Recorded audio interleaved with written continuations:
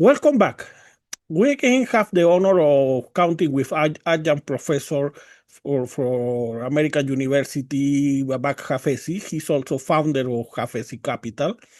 And I would like to discuss with him an update on some of the issues we talked in our first conversation. First, you must remember that graphic, that chart I sent you, showing the trends of the market yield for the 10 and 30-year treasury and the dollar index, how they started behaving oddly after Liberation Day, and how they have started behaving even more oddly since July, Right? because Yes. even you could see what could only be explained by complacency. Since July, I have been reading, for instance, in the case of the dollar, reports about how the dollar should be continue its descent, losing value. Yet, what you see is, since July, is that the dollar has stabilized. Mhm. On the other hand, you see recently some things can be explained. For instance, the behavior of the 10-year treasury yield, because new investors are showing more preference for liquidity than for the treasury as an anchor of value. So, but yet, even though the uncertainty has grown in the economy, you can see how the yields are declining when the increase of the effect of the uncertainty on the yield should be the opposite, especially if you consider that what we had in Liberation Day was an unprecedented raise in tariff, because not even Smooth Holly could be compared, because Smooth Holly was a once and for all increase in not this back and forth that Trump has been having, even for capricious reasons, like in the case of Brazil. But you see something that things that are more serious, like for instance, in July 25, he tried to set up Powell to fire him for cause, with the excuse of the Fed renovations. On August 1st, he fired the Bureau of Labor Statistics chief. And more recently, he tried to fire Fed Governor Lisa Cook for reasons that were not in no normal circumstance would have merited a dismissal of the of the of a Federal Reserve governor. So you see, in these two cases, the dollar that has not continued depreciating as it should have, and the yields that have declined instead of increasing. Instead of increasing, how do you explain that? So, one of the things I would say is that I think that the Trump policy from the beginning was to weaken the dollar. If we look at the analysis of the individuals who took charge prior to prior to them being elected, you see that there's a very strong feeling by their economic advisors that the dollar has been subjugated to increased pricing because as a world currency and because of flight to quality, and that it is unnaturally too expensive. And because it's unnaturally too expensive, that it has weakened U.S. exports. And so the Trump policy from the beginning was to weaken the dollar as much as possible to make it much more competitive globally and to make exports much more competitive globally and also allow us to play with debt in a much more meaningful way. I would argue that it doesn't necessarily need to be complacency, but it could be a flight to quality and a shifting of policy expectations. It could be that that countries say we do not want to have any more dollar-denominated debt, that we want to go ahead and repatriate the money and take money otherwise, because there are risks now in policy that did not exist before January 21st. And so those changes in policy are forcing people to repatriate. They're forcing people to get out of the US, especially long-term US bonds. And we're seeing the threat of the long-term 30-year bond more than the short-term bond. So, and what I mean by short-term is both the 2-year and the 5-year. I'm sorry, the 2-year and the 10-year. So we're seeing those kind of threats. I do believe that we should probably see additional weakening of the dollar. And that's probably going to, take more mold in the next few quarters. But there is, it's hard to not notice that there is a different rationale from April 2, Liberation Day, because under the same rationale, the dollar, as in these reports I read in some newspapers, specialized newspapers, the dollar should have continued depreciating, and still it has stabilized since July. Well, don't forget, I think that there was an initial shock, and I think that at any given point is an initial shock, but also other foreign countries also have to step in and balance it, right? You don't mind depreciating currencies. You cannot have a crash in the currency. So I would argue that don't I'm absolutely sure that the Japanese central bank and the European central bank have been backstopping this because ultimately it hurts them as well. It exports inflation to their countries. So they're also trying to systematically decrease the depreciation, stabilize the depreciation to a certain degree, because it also impacts them from a trade perspective. Yes, that may be a reason, a little bit like what happened after the Plaza Accord, but without Correct. the Plaza Accord. Correct.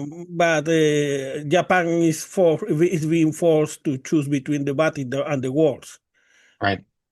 But and then how do you explain this fall in the yield in both the 10 and the 30-year treasury when uncertainty is obviously increasing and for much worse reasons, like the ones I mentioned about Powell, the BLS chief, Right. and So we have two policies happening simultaneously, right? I don't disagree with anything you have said about the policy issues related to Powell and the Fed stability and the Fed, Fed's independence. That's an issue. Trade policy. I would argue that trade policy is turning. I would argue that within the next 12 months, almost everything related to tariffs will be, for the most part, reversed. I do believe that that in the courts already have found in two separate courts have already found that these tariffs are illegal.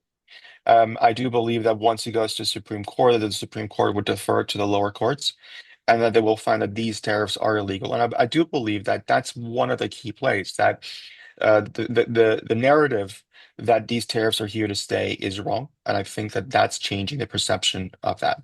And I think that once we had the first court pass it through and the second court validated it, that's the stabilization factor going in. I would also argue that if you look at the summer is also when the big beautiful bill per se was implemented and then was passed.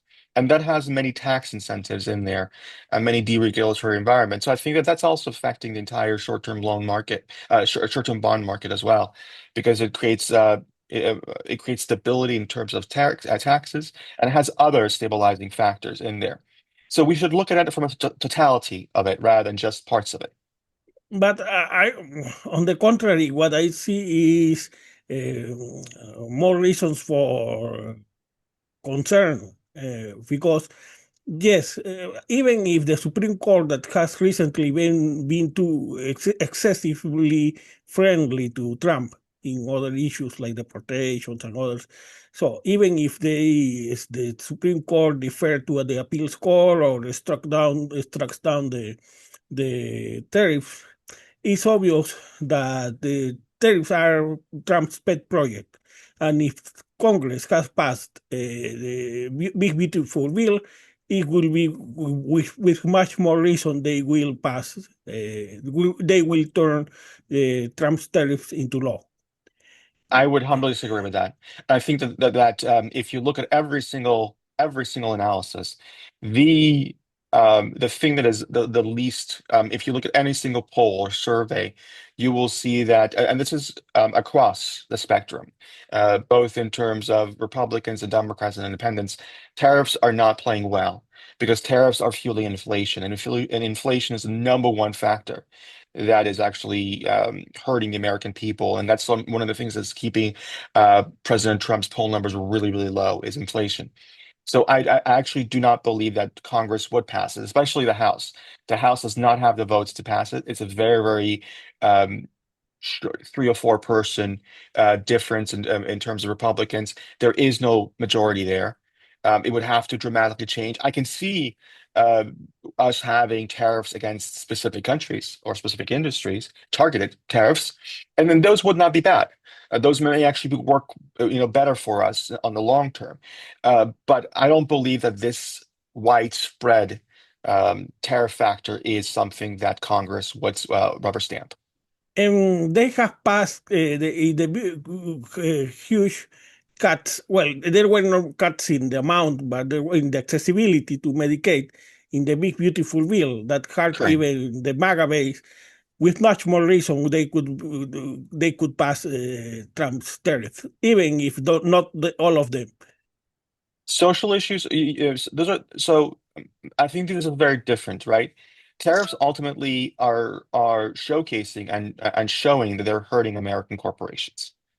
I mean, it's already in the numbers, right? If it wasn't for the weakening of the U.S. dollar, companies like McDonald's, companies like GE would not be, would not be working well because 60-70% of their income comes from abroad. So they're seeing a currency appreciation in that term, and that's helping them. So I would argue that the tariffs are showcasing how unpopular they are, and they are forcing inflation through. And I think inflation is the number one issue right now for most Americans. If you talk to any American, the kitchen conversations is how expensive everything has gotten, no matter No, where you go. I agree completely, but the matter Yeah. is that how willing is Trump to hear that plea, especially if we consider the effects that. Trump could have tried to cut his losses after the appeals court struck down his tariffs, and yet he appealed to the Supreme Court. That's So. not his style. He wants to go to the end, and Mhm. honestly, the Supreme Court rubber stamping it and saying that he cannot do it is a reason for him to cut back. I think that if you look at Scott Bassett, if you look at any of the administrations, when they go to New York, when they go anywhere, this is the biggest pushback they're getting. Is these tariffs. It's hurting Americans. It is keeping the poll numbers down. It is suppressing consumption. If you look at consumption, it is being suppressed, obviously at the lowest level more. And this is incendiary because it goes, the tariffs are, in every single aspect of an American's life. It's everything from rent to eating outside. It's affecting every single thing they do. And eventually it's going to hurt, and it may lead to a recession. I mean, or at least at minimum, it's a 0.08% cut in GDP. So if you are if you are a growth of 1 to 2%, with the amount of jobs you have to add every single year to make up for the people who are graduating, you're technically in a recession, even if the numbers are positive. So And the effects of the redistributional effects of tariffs are even worse than the effects of GDP. And yet, yeah, agree. and yet, what you say assumes that Trump is going to adopt a rational uh, path, and that's where I have my doubts, because Well, he's becoming a I mean, he's 12 months away from being a lame duck president, right? Mhm. And what I mean by that is in about 13 months, we're going to have a new Congress. And if any of the current, and again, this is 13 months is a long ways for political survivability.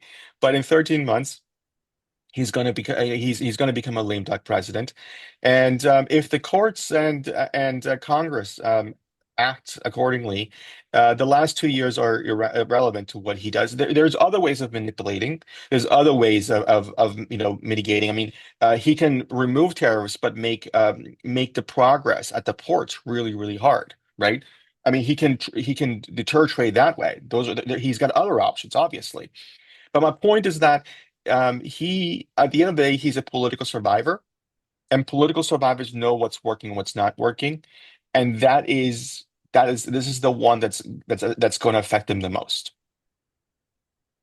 Well, I guess we'll see soon. But well, as much as I wish you are right, there are two facts that concern me, that are the hemorrhage, the fall of Democrats in voter registration, while Trump has his disapproval. If you see, for instance, the charts from Real Clear Politics has stabilized in a low turnout election, because Democrats only win those elections, they don't lose despite their best efforts.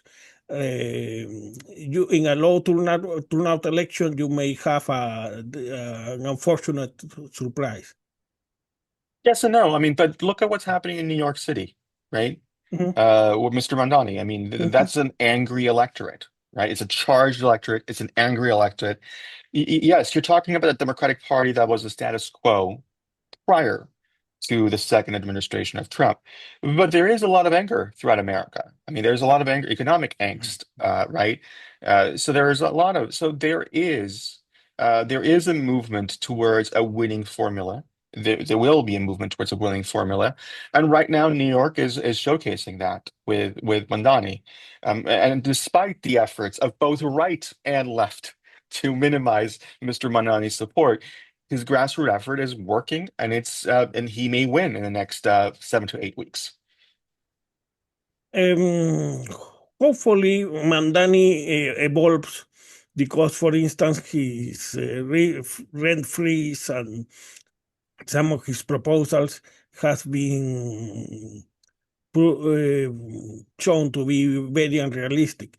And my concern is that if Mandani wins with his current platform, uh, he might end up destroying the chances of a more populist left to take over, to challenge the establishment of the Democratic Party, and that the establishment needs to be challenged. If you see the recurrent tokens of a weakness by Ken Martin, Schumer, and Jeffries. But the matter is that let's hope it doesn't end up like the Tories used to say about labor. You cannot trust labor with the economy. Right. At the end of the day, one of the things that he has to deliver is that government can work, Mhm, right? I think one of the failures of both the right and the left in the past 30 years is they have weakened government so much that government is not working for the people. It's working for the elites. It's working for people who have access. It's working for lobbyists, right? It's working for people who have money. But for the vast majority of the Americans, it is not working effectively.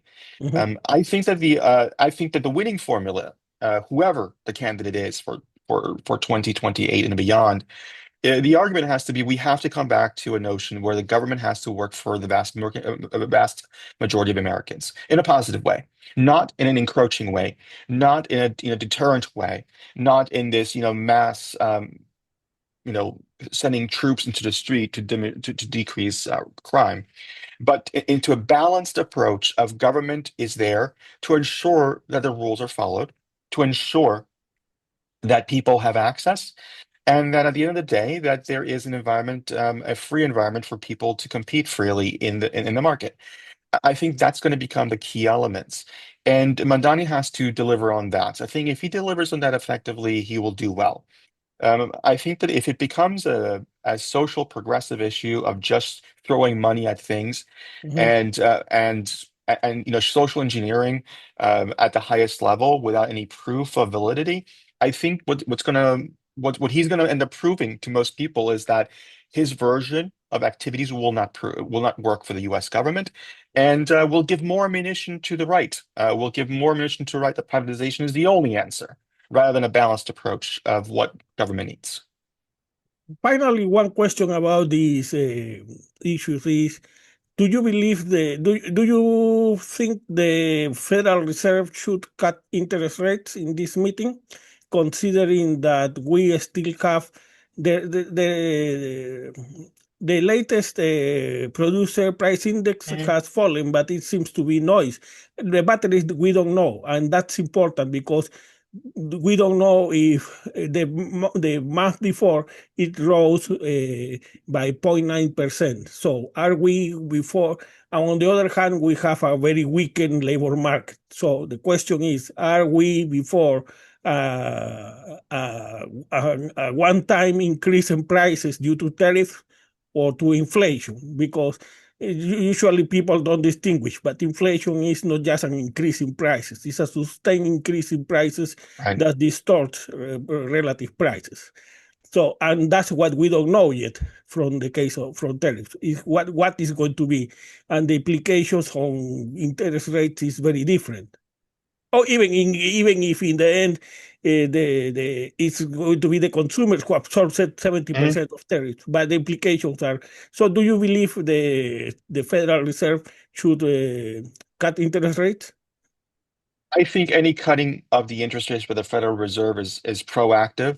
I have never seen the Federal Reserve be proactive, so I think it's a mistake for them to actually do it. I think that the implications and inflations are far worse. I think that the PPPI is actually not taking into consideration a lot of inflation factors. I think that those inflation factors are actually quite modest compared to what's happening in the market. I think that the data collection is not reflective perfectly of the market. I think that the inflation is far higher in the market than the PPI suggests. I think that at the end of the day, there is economic compression going on, especially in terms of consumption. We're seeing massive effects. If you talk to anybody that is in the consumer goods business, they have been in a recession for the past year. They're hurting, but we're still at historic lows in employment, right? Employment has been at historic lows. So I think that the effects of inflation is actually worse than the effects of unemployment. Unemployment um, has not showcased itself to become a problem yet. If you Mhm. look at it, we're still 4.3%. That's historic lows still. Like we are still at the lows of our American history in terms of unemployment, right?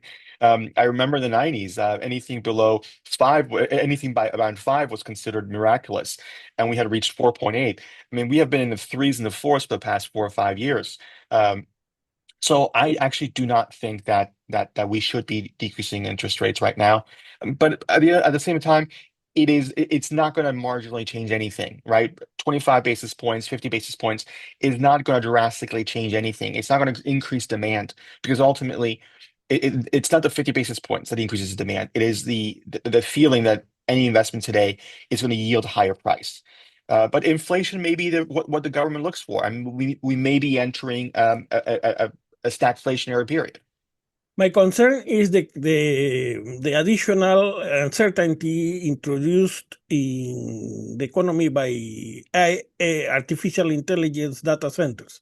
The economy is dependent, the growth of the economy is dependent basically solely on these data centers. So if for some reason there is these people rethink their expectations about this artificial intelligence, they could push the rest of the economy easily into a bad recession. So that's precisely what. So is it, in normal times, the Federal Reserve should be worried about a head fake. So a moment in which they believe they have tamed inflation, and then all of a sudden inflation resurged. So I Mhm. agree with you completely on the interest rate because of this level of uncertainty, and because we are not even hearing in the case of a head fake, because we know, that is, these are there are inflationary forces that, unfortunately, we don't know whether they are going to become inflation or just a discrete increase in prices. So that's why I believe that, at least until we have more clarity, hopefully the Federal Reserve should abstain from cutting rates. I don't disagree with anything you said. I agree with you on everything you said. I just want to go ahead and also state a few things. So that we already seen that on the credit side, we're already seeing deterioration of certain individuals, right? If you look at the Freddie Mac delinquency rate, we're seeing that the number of people who are delinquent on their home mortgages is above the 2008 financial crisis right now. Right. So delinquency means that they're 30 days late, right? It does not mean it hasn't been foreclosed on. But if that trend continues, that could bore really, really bad in terms of foreclosure rates. I think that the effects of real estate, both commercial and residential, is what's going to completely change and force us to go into recession if these trends reserve. Also, um, the car industry is at worse rates than they were in the 2008 financial crisis. And this is after seeing car prices surge by 20-30% during COVID years. The seventh largest independent dealer just declared bankruptcy. Well, is in the process of declaring bankruptcy in the next 6 weeks. They have ceased operations, $5 billion worth of credit from Texas. So we are already seeing the trends of credit have issues. And if these foreclosures increase, we're going to see that reverberate through the economy. And that is where I think my biggest fear is that you have these credit default, credit defaults are going to be happening both in the commercial, residential, and in the auto side, which by themselves are a pretty large part of the US GDP. And eventually that's going to increase, that's going to force liquidity to decrease, which those elements altogether really, really impact consumption. I don't think AI is going to be the thing that brings us to a recession. I think it's the try and true No, parts of the industrial sector that takes us there. no. I am basically saying this from the point of view that diversification reduces Yeah, risk, right. and we are basing our GDP growth solely right now on artificial intelligence. So Seven companies, right? if artificial intelligence has to revise their expectations and reduce investment, we are going to be in trouble, because there is right now nobody to replace their role in growth. Yeah, I mean, I think you're right about that. I think in the markets, there's seven companies, the Magnificent Seven, which are driving the numbers of Nasdaq and Dow Jones higher. Yeah, I don't think that from a market perspective we're that healthy and that we're well diversified. There are issues. They just haven't showcased themselves to become massive issues yet, and there haven't been issues that are showcasing a domino effect. Now, now, if you let me, I would like to move the issue of institutions, because both in the domestic and international scene, because in the domestic scene you have basically and complete uncertainty about what is going to happen with respect to, so what if artificial intelligence doesn't provide results before the companies that are investing in it, in data centers, make profits. That's going to that may end up, like the 1990s telecom bust, or that may end up like the railroad railroads, 19th century bust. And much of that depends on the kind of institutions we have to precisely control systemic risk, which have been pretty much dismantled even before Trump. Mm. But especially with Trump involved involved when the fields of regulation and surveillance. And you see multiple opportunities, for instance, for exemptions in the case of tariffs. You see multiple very fishy issues like the 10% stake on Intel. And you have a kind of chronic capitalism that precisely is at odds with institutional framework that keeps capitalism within a range of possibilities where the bust are not that terrible, but allow the economy to retake its path in a reasonable term. And just consider this, compare what has happened since the 80s with the almost 70 years after FDR, where you practically had no significant bubble. So a few things. I think that in terms of the AI and developing data centers, I think that it's a little. I don't disagree overall. You can have a pretty effect on the bust if the demand decreases. But we are utility restrained because of that, right? There are restraints that we didn't have in other sectors.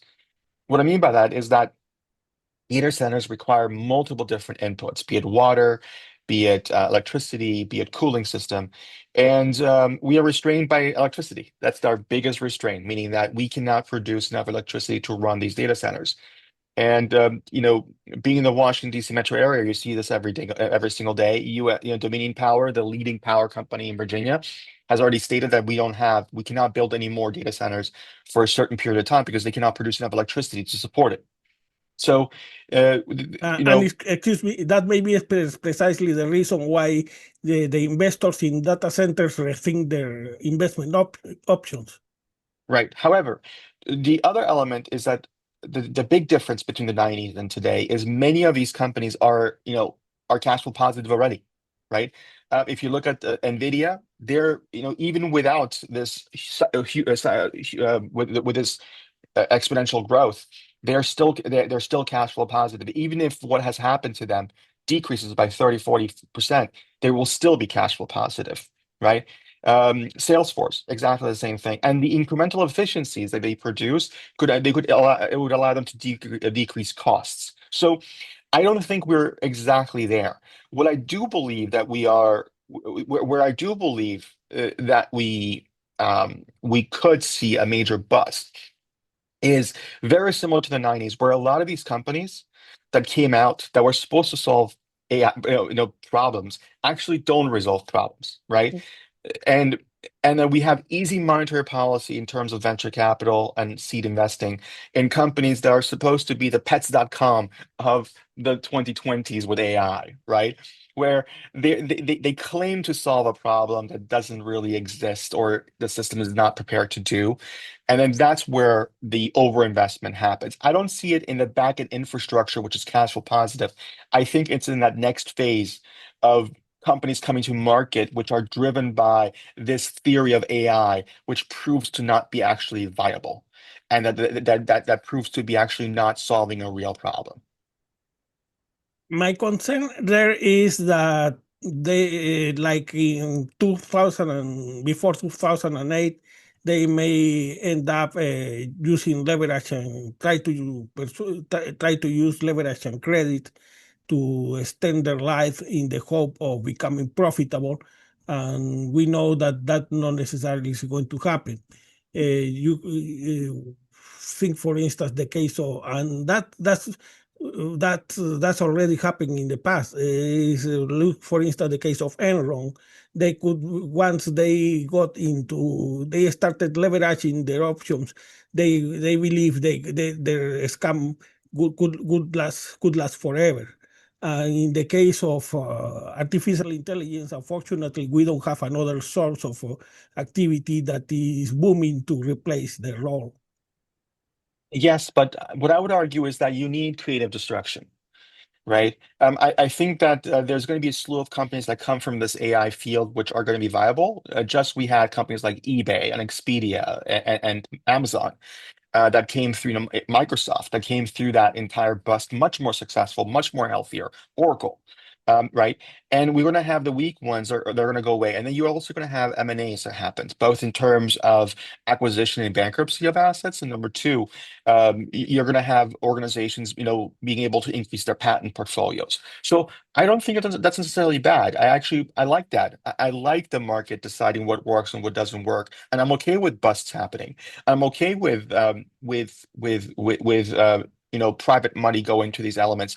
And don't forget that I would argue that if we're in a scenario where it is being challenged, AI is being challenged, generally speaking, the credit markets will become very, very tight for certain these companies, right? We saw that in 2099. I used to work for .com, and we were running high on credit, and credit dried up, and we went bust. So you don't think the role of institutions is so necessary that No, in private markets, I don't believe it's so necessary, right? I think in private markets, as long as we have the SEC and we have accredited investors, and people who are willing to put the money in there and lose it, and they have a good way of doing due diligence. I actually think it limits investments if we delay it, especially in AI, right? AI is something that's today, now. You need to have investors who are fast, who can deploy the money correctly. I think that once it goes in the public markets, one has an effect somewhere else. That's when institutions become far more critically important because it goes into people's 401ks, right? I don't mind hedge funds losing money. I don't mind VCs losing money. I don't mind private equity, family offices losing money. They have the money. It's okay. They'll make it up somewhere else. But I do not want the average American who is dependent to lose money. no, in general I agree, but the problem is, for instance, when a hedge fund could represent a systemic risk just because we don't have a regulation about systemic risk designation. The problem is when the data is not reliable because the Bureau of Labor Statistics have been purged, if they are purged, of course. Right, right. The problem is when if you get a Federal Reserve to cut interest rates when they should be still in a wait and see position, just because Trump said so. You must remember that ridiculous assertions like, for instance, the economy is booming. That's why the Fed should cut interest rates. No, it's the contrary. It's the contrary. So remember that we even have a president, 1972 Nixon, and Mhm. how he tamed the Federal Reserve. The problem is when you erode these guardrails that are these institutions, so the bust doesn't find any floor, and they could go deeper into the ground and are much more difficult to recover. So I would argue that in democracies in general, right, when we have the guardrails falling off, we have hyper regulation that comes afterwards.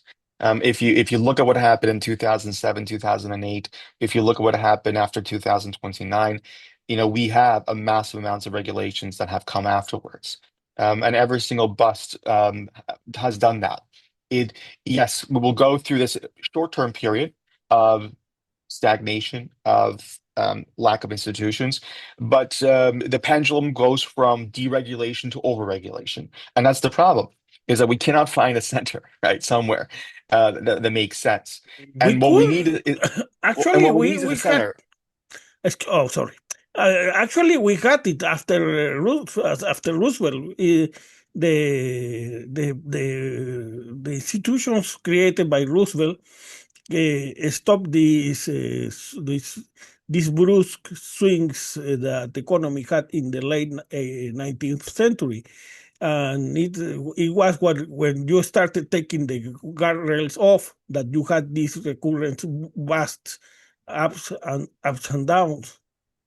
But you also didn't have this vast amount of wealth, right? Think about the deregulation of the 80s with Reagan, right? That's when this vast level of wealth, a different level of wealth, started occurring in America.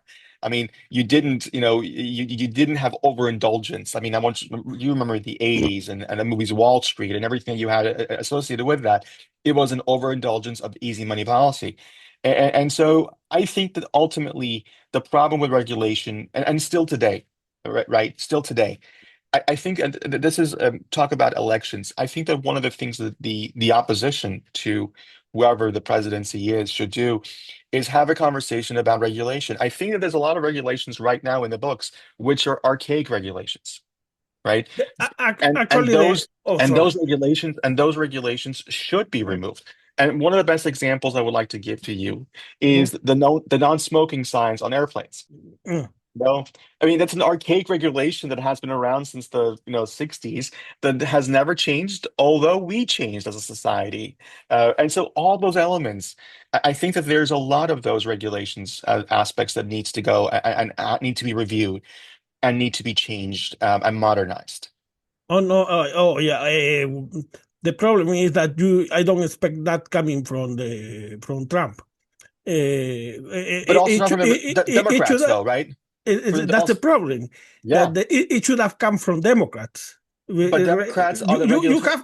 You have the president of reinvent government with Al Gore, with Roosevelt, with and yet Democrats don't have not been able to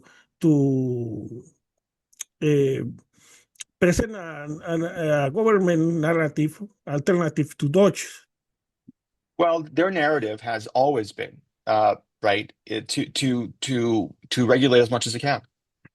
That has been their narrative, right? And the question becomes, fine, regulate aspects that are completely deregulated, but also remove regulation where it's not needed or where Oh, I it's agree. over, over. Yes, those agencies, banks need to be regulated. Banks need to be ensured that people they're not stealing from customers or creditors. And CFIP is good, but also remove regulations in other areas that don't make sense. Remove that, right? And this is the narrative that the Democrats are not choosing to go through. And this is a big mistake, I would argue. Oh yeah, I completely agree. So they should have started presenting a government narrative so they can counter Dodges, because now Trump what is started with a brutal and blind cut of government has degraded into chronic capitalism, where you can see it in the how the Standard and Poor's, the top 10 has skyrocketed while the rest of the index has flattened. And don't also forget, just imagine if they follow what he recommended yesterday, which was to remove quarterly earnings to Mm. 6 months of 12-month earnings, right? You create more, you know, you decrease transparency even more, Mhm. and that's gonna affect us in the long term. And now the other side is of this problem with institutions is the international scene, where Trump seems to be more aligned. So, so Trump has pretty much destroyed the rules-based system Democrats inherited from FDR, and instead have flirted with Vladimir Putin's 19th century concept of areas of influence, which is pretty understandable because that matches his vision of the kind of chronic capitalism we had from the McKinley era. But you see the how this problem with institutions that has been eroded is true before, even before Trump. Remember the WTO Mhm. has pushed allies, like for not allies but independent nations like India and Brazil to the arms of Putin and Xi, or while in the best case, creating incentives for organizations like ASEAN and BRICS. So we have this problem with that as the rules-based system, the guardrails, the institutional guardrails that work well since the end of World War II are crumbling, we are in between these. Either we have a 19th century or 20th century, if you want China, vision of spheres of influence, or you have a multi-power scene where that is hardly getting together because unfortunately Trump's foreign policy keeps pushing countries like Brazil and India that were the counterbalance to Russia in BRICS to the other side. So this will result in geopolitics over efficiency and resilience over efficiency. So yeah, so I wouldn't necessarily argue that it is anti-globalist or anti-globalization. I actually think that it's part of the globalization narrative, right? If we look at the globalization narrative, the totality of it, right? They're divided into six spheres. You have the win-win scenario, which is the scenario that we've always talked about. The globalization is good, that we both win as in terms of competitive advantage. But then you have this win-lose narrative, and the win-lose narrative is actually, divided into four different segments. You have the left-wing segment that, the elites gain at the expense of, the regular people, which is the Miss Warren or Bernie Sanders narrative. And I want you to also don't forget, if you recall, Bernie Sanders also came and said what Trump did with Intel was good, right? So Yeah. you actually have the extreme right and left actually agree with this narrative that social ownership is more important because of it. The way to get there is different, but their stances are very, very similar in that sense. The right-wing argument on globalization is that we lose at the expense of countries like China, right? That the developed world loses at the expense of the developing world, and that the developing world is abusing us. And that's what you hear President Trump talk a lot about. You have this geopolitical argument that we're losing our own credibility and we're losing our own powers, and we have to kind of change that. And so those are kind of the key main ones that have there. And then you have also this corporate power narrative. The corporations are becoming stronger, while we, the people, are losing. And then the lose-lose argument is that globalization is a global threat, right? So if you have this conversation on globalization, you can put each different person on one of these paradigms. Now, what has happened in the modern era is that President Trump is pushing us into that right-wing populist narrative. That's where we are today. Right, that it's a win-lose, right? So the only way to win is if somebody else loses. That's his entire vision of globalization. And that's what tariffs are all about. That we have to win at the expense of somebody else losing. We have to create protection. And that the only way he will give way, the only way he will negotiate is if somebody has leverage over him. And China has leverage. How? In rare earth minerals, right? And they have been able to use that leverage to accommodate America's needs. And I think that the reality is that Brazil and India haven't learned that. Europe hasn't learned that yet. And once they learn that leverage is the only way to win, they will approach America with a leverage perspective, right? Which is going to be a losing factor for America because it's not a mutual beneficial one. It's one of power plays. It's of I have more power over you. And then so what's going to happen is everybody's going to look for that leverage. Everybody's going to play on that leverage. But again, this is not going to be a long-term basis. Yes, we're destroying a lot of institutions. Yes, which we need, right? We need institutions to be able to negotiate and to do that. But we're losing institutions. But again, I think that in the next few decades, we're going to see a better systematic way of approaching this. We are going to modernize the institutions that have fallen behind, both in Europe and the US and in other areas of the world. And I think we're going to incorporate more of the global South into those conversations to bring them in, because that's where the growth is going to be. And that's where the raw resources are, where the developed world needs. Hopefully, because in Putin and Trump's concept of 19th century areas of influence, the powerful do as they want, while the global south, the weak, suffer as they must. That's an old Yeah, English. So, I and my main concern is that this is also an example of how we are especially the most interested part in countering this evolution should be Democrats, and they are doing nothing. This trend to destroying institutions without replacing them with anything that makes sense. For instance, it's true that you may have legitimate reasons against globalization in certain areas, for instance, the power of corporations. But then when you don't have a counter proposal, you end up with situations like, for instance, that the issue that Ireland is a tax haven is completely ignored from the discussions. or the While Netherlands. yeah, while other issues that are completely irrelevant, like fentanyl, because unless you are proposing that China is like Venezuela, a narco state, it takes the headlines.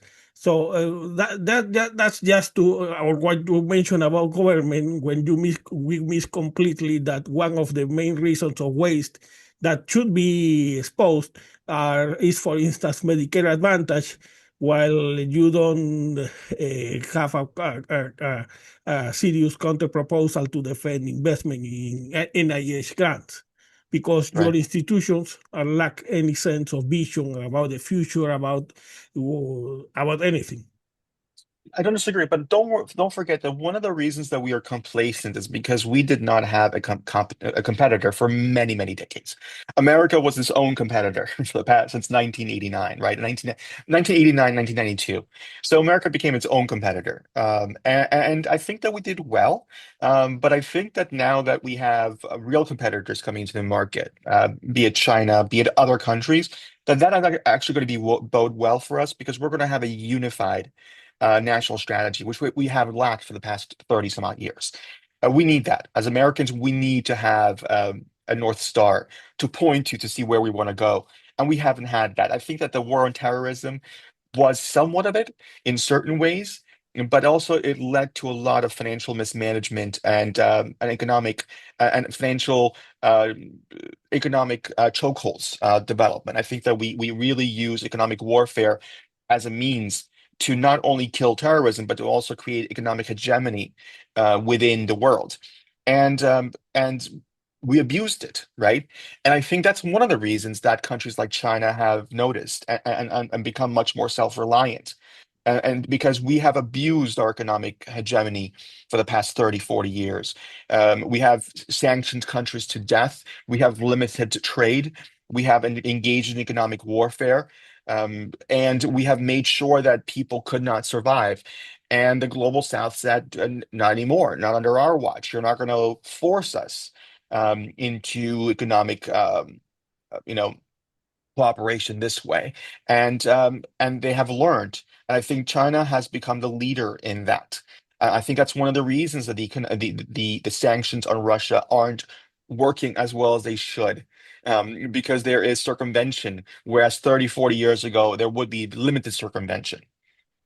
No, yeah, I agree that hopefully we evolve to a multipolar world where the global south has a voice because we need global institutions, but for instance, to tackle urgent issues like climate change, where we have different standards, China, Asia, and the United States, if we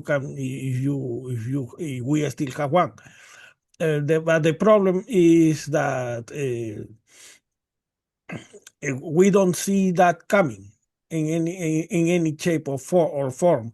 And my fear is that if this 19th century conception of spheres of influence prevails, what we are going to see is more or less kind of Finlandization. So each country will have to accommodate to the best way they can to the power that represents the less subjugation. I don't necessarily think that. I think that the modern version would be so everybody talks about a multipolar world. I think we may start with a multipolar world, but we're going to go into a bipolar world.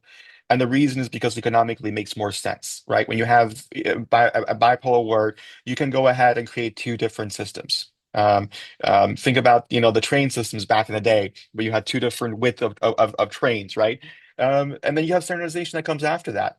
I also think that this idea that institutions are the one that saves us from global warming, I think it's wrong. I think it's the financial incentives that's going to save us and financial needs, meaning the market needs it. I think that things like developing uh, insurance companies are going to force, as an example, companies are going to be forcing people to build homes in stable places where environmental factors are limited because the cost is going to be there, right? It's going to become a deterrent. So I think the private markets have a very, very important role to play. And I think that we haven't seen that yet. One of the fascinating factors that I found out is that a year ago or 2 years ago, California is running on predominantly green energy, the state of California, right? So, Texas. yeah, well, California by itself predominance of its energy comes from solar, and in the evening, it's predominantly batteries, right? So there were financial incentives there. There were, government subsidies and grants there, and California has implemented them, and we're seeing the effects of it now, right? I think that what you're going to see is the private sector play a much more critical role, but it's based on a need. It's based on a need, and it's based on on a grant given by this greening factor and green grant that's given between government, and that's what we should be looking for. It's how can the government, either through grants, through tax cuts, through subsidies, how can the government work towards improving, not displacing. We still need oil and gas for a lot of different things, and that oil and gas works in certain areas, and green energy does not work in certain parts of the world, certain parts of the United States. So we need to figure out which areas work effectively, and we need to see how we can financially motivate people to make investments there. And I agree that the markets are the best tool to assign resources. The problem is when you find cases like Texas, where renewable projects have been so successful, and now they are complaining to Trump because he is cutting all the benefits that renewables have in Texas, despite all the benefits Texas is getting from this project. So what I mean is not necessarily rational is going to prevail at least, and that may last a long time. And the same way as the case of what I mentioned in the international order, Finlandization. So Finland ended up because they didn't find any real support from the West, they ended up accommodating. So accommodating is a more simple way of saying Finlandization. They ended up Yeah, accommodating to Stalin. And I am afraid in an environment in which geopolitics prevail over economic criteria, that may be a trend that, if not globally, at least could be very significant. I would argue that I think that the economic needs, and I think that the next push of policy is not going to be driven by hegemonic powers seeking militarily power, by its economic means. I think the next phase of our global development is economics and raw resources, and that's why AI is all about, right? You cannot drive AI without raw commodities. Rare earth minerals are a requirement for AI to move forward. So to me, economic development and economic policies are critically important, and that's the next phase of development. It's economic policies. I actually think they're going to be far more important than the militarily tactics and strategies or whatever it may be. I think the next phase of where we see is economics. Economics in every single aspect of it, in banking, in security, every single aspect is going to be economics based. And to me, development is the next phase of development is actually one of the best ones because we're going to even take more people out of poverty, right? And why? Because we're going where the poor are. which is not in the developed world, but in the developing world, right? Where, when we see the trends of Africa by 2042 becoming the largest demographic of human growth in the world, that is a positive thing because that's where development is going to go next. That's where hyper development is going to go next. And that's where we're going to bring more people out of poverty throughout the world. So I'm actually very optimistic about the world in the coming decades.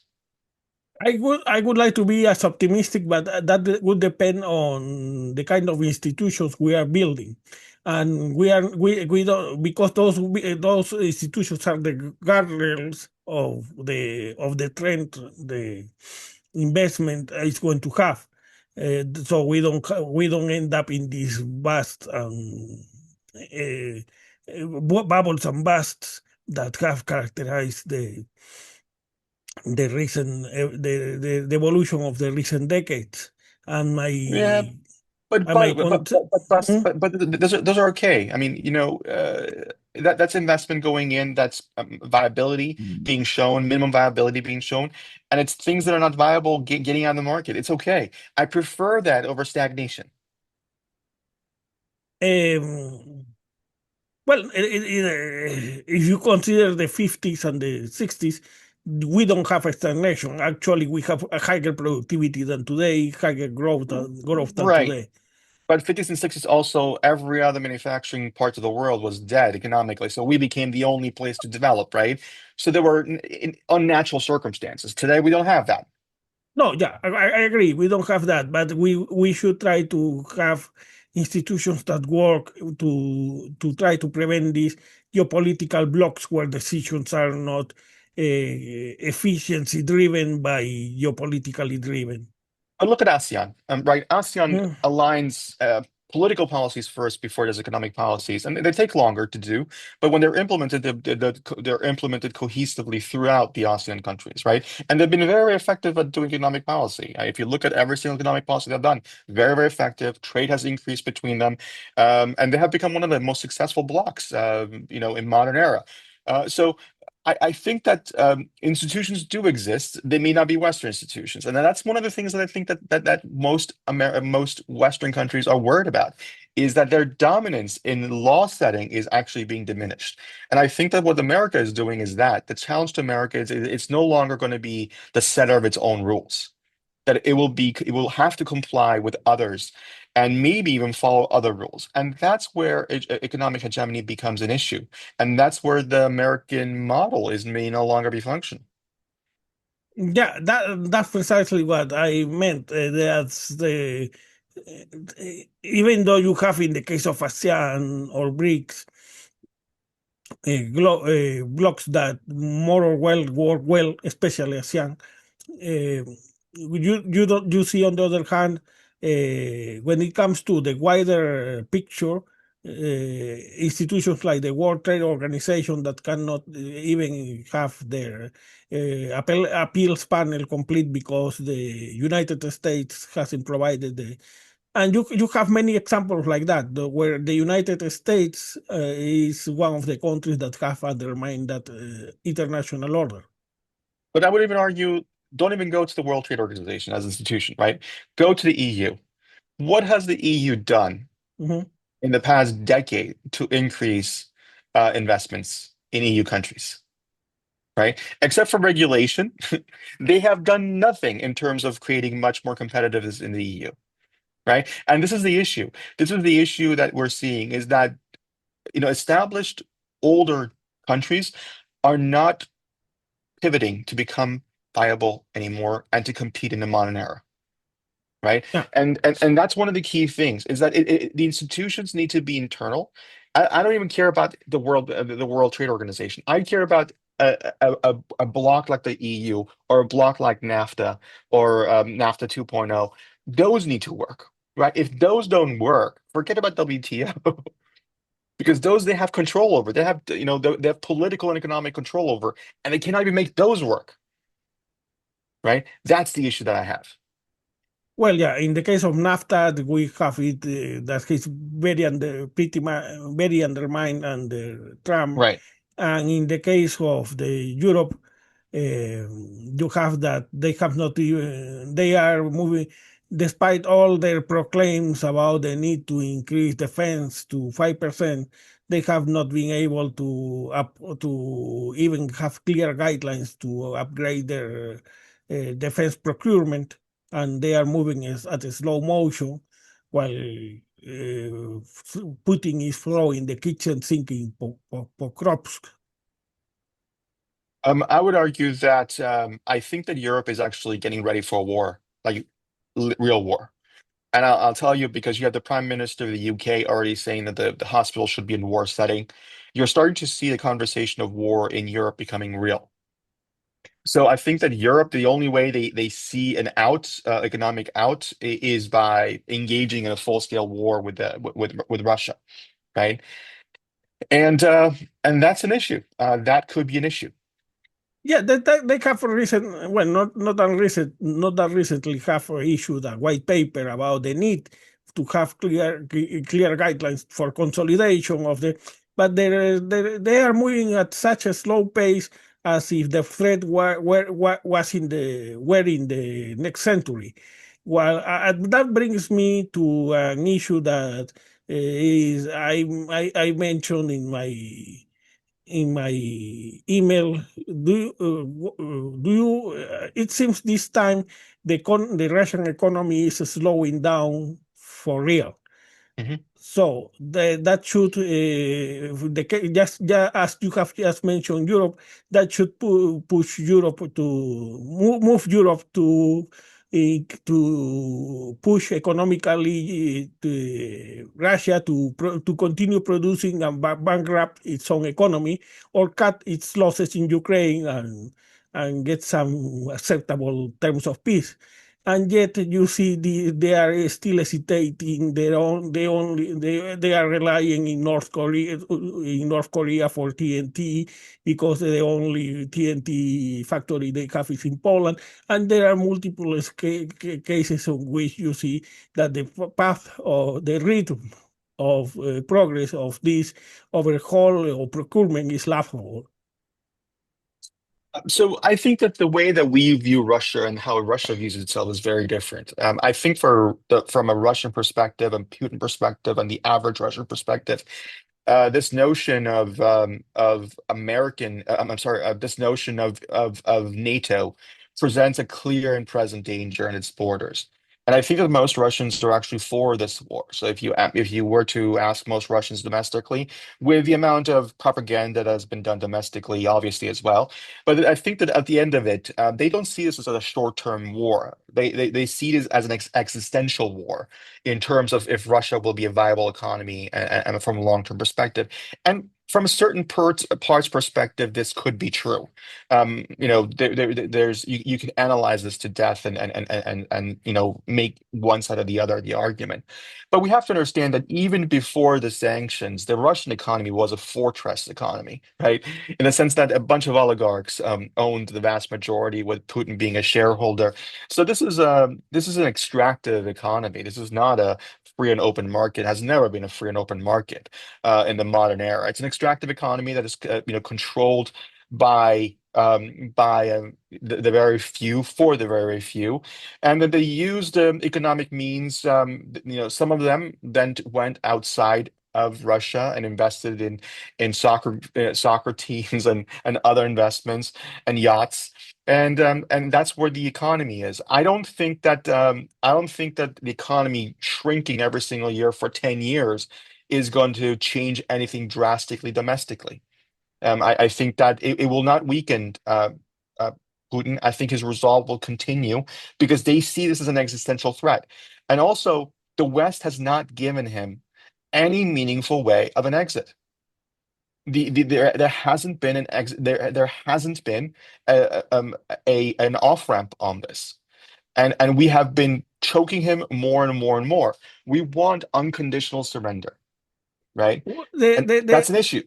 the way I agree that the West should help Putin save face, but not give him a real victory, because a real victory in territorial terms, would just undermine Ukraine and turn it into the next Belarus.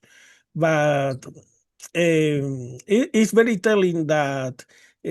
So, according to the estimates I have been reading, is 1 to 2 years before, because the Russian economy is slowing, that they would be forced to, excuse me, Putin would have to inflict several serious adjustments on the economy that will, they will have to inflict in Russians serious adjustments in order to continue the war, if he wants to continue the war. And yet, you see that Pokrovs, despite the Europe has 10 times the GDP of Russia, the Zelensky is still outgunned in Pokrovs more than 3 years after the war, the start of the war. Yeah, but Ukraine does not have any more fighters. The vast majority of the people who are of a certain age who could fight are already dead or have fled the country. Right? You don't have a population where you have to go into you have to go into drone systems. You cannot have man-to-man fighting or person-to-person fighting. You have to go into notion of let's call it digital warfare with drones and missiles and anything like that. But Russian, they can go ahead and muster another 500,000 people, and they can eventually, man out, unless the Europeans are willing to put people on the ground eventually. Um, the matter is that they would have to, Europe would have to increase clearly the production of drones and artillery, so the more seasoned soldier could move and integrate to new units, because Ukraine has a 1 million army, but most of them are green soldiers. They Right? are, but it's not that they don't have the soldiers, but they don't come. They can move the more seasoned soldiers from the front lines without this increase in supplies, that which they are not doing still at the. No, but what I'm saying is that this no longer becomes a Ukrainian war. It becomes a European war, right? Or an outsourced war. Because the native people who are supposed to be defending the country don't no longer exist to be able to do that, right? So you have to also understand that's also reality. It's like, do you want to create an environment where you have removed a certain demographic of society by continuing the war? Even more. We need an off-ramp on this. An off-ramp is there. And also Europe is still what, 18% of its oil still comes from Russia today. So you gotta figure out how can you put yourself in a position of complacency like that, where you have no security, while you're literally shooting people on one side and then shooting yourself in the foot on the other side. This is the inconsistency of Europe. Yeah, no, yeah, it's not just oil; it's gas, LNG Yeah, gas, iron, yeah, pig iron, and other metals. Yeah, so it's, and on that, Trump has a point. yeah. Let me give you the last 3 minutes because I don't have more time, so you can bring visibility on any issue you believe needs it. So I think that one of the key elements that we kind of have to talk about is that there's going to be what I call reglobalization, right? And to me, what a reglobalization is rethinking cost versus security. And everything we're talking about is a security issue, especially for the developed world. This idea of Russia and incursion. And I don't think that after Ukraine, that will be it. I actually think that there's going to be other territories that Russia is going to go after in the next 5 to 10 years. So I think that it's a conversation of rethinking coast versus security. I think it's going to be really, really important for the next phase of globalization. And I think globalization is going to be in a bipolar world, not in a multi-layer world, but in a bipolar world. And we have to reestablish production autonomy. I think having reliable production autonomy to markets that have the same values as us, that have the same structures as us, is critically important. I think that's exceptionally important. We also have to reassess trade. And that means that who do we want to trade with and who is smart to trade with? Because ultimately, these countries can become foes in the future, and we have to moderate that. And we have to redevelop new friendly markets. There's 200 countries in the world. We have to look beyond the ones that we're trading with and look at other markets to help development. And I think that's really, really important. And the next phase of globalization is going to be about security. It's going to be about geopolitical and geoeconomic trade with friendly, dependable states. It requires access to raw and material resources. It requires access to capital markets, and it has to be an alignment of technology. Those elements have to come together for it to be functional. And that's why I think the future of trade is going to be. I think it's going to be very, very different from where we are today.